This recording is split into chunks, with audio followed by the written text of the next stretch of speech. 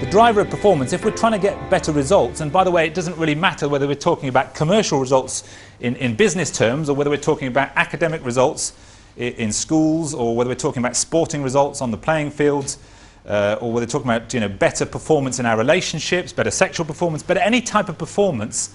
Some of these things are fundamental to whatever type of performance you're talking about. The focus is on, usually to deliver better results, is to deliver on behaviours. We'll talk about what are we doing, what choices are we making that's giving us the result. So most performance appraisals in industry focus on what we've been doing. Our view is to really change, get sustainable improvement in performance, you've got to get to what people are doing, which is driven by how they think and feel about the world, and the feeling is driven by the emotion. So unless you get to grips with the emotion, you can't produce sustainable change, but the emotion itself is driven by the physiology. So there's the entire human system laid bare for you. There are a number of levels, and if you're simply not paying attention to all the levels, you'll find that the output is variable. When you see elite performers, whether it's chief executives or whether it's sports people, it's not that they can't perform to a very high standard, it's getting the consistency. Day in, day out, being brilliant. All the bodily systems generate physiological signals. There are certain aspects of our physiology that are more important than others. So, for example, our heart rate. So if you watch the heartbeat, bing, bing, bing.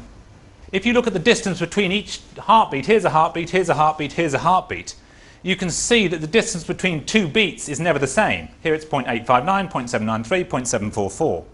So actually your heart rate is never the same between two beats. It's constantly varying, which is something called heart rate variability. So if you go to a doctor and he'll take your pulse rate, he'll say your pulse rate is 85. But when you take that average, you're losing most of the data. That's the equivalent of listening to Mozart and saying the average is da. There are two things that are important, is the amount of variability, okay, which is related to your health and your overall dynamism, and as you'll see a little bit later, the pattern within. If you've got a same amount, what is the pattern of that variability? So there are two things that are important, the amount and the actual pattern itself. You can actually quantify how much raw energy a leader has, okay? So in order the ability to make decisions, if you've got no energy at all, it's much harder to make decisions. If you're just exhausted, it's hard. Right? If you've got loads of energy, right, it can be a bit easier. Now, if you generate a chaotic signal, one of the consequences of that chaos is you cut off your frontal cortex and you have what we might call a DIY lobotomy. We've developed this ability to shut off all the smartness and really make a very primitive decision, life and death. But here we are 200,000 years later, and we still have the same software. So it's like we've got 200,000-year-old software and we've never had an upgrade. People who work well under pressure are usually a little bit more coherent in their physiology, so at least the frontal cortex is half working. Right? The problem is people can't control the signal.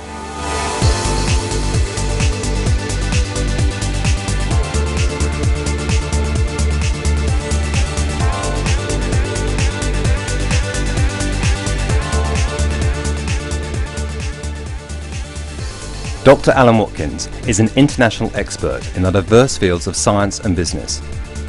He is a senior lecturer in neuroscience at Imperial College London. He has degrees in medicine, psychology and a PhD in immunology.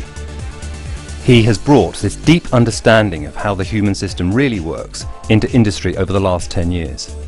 He has coached main boards and senior executives in some of the world's largest companies on the issues of leadership and performance. He has gathered biological data on over 400 leaders during their normal working day. He has uncovered what enables them to deliver outstanding performance day in, day out, regardless of circumstance. In his book, he shares these secrets and shows us how we can become 21st century leaders in our own field.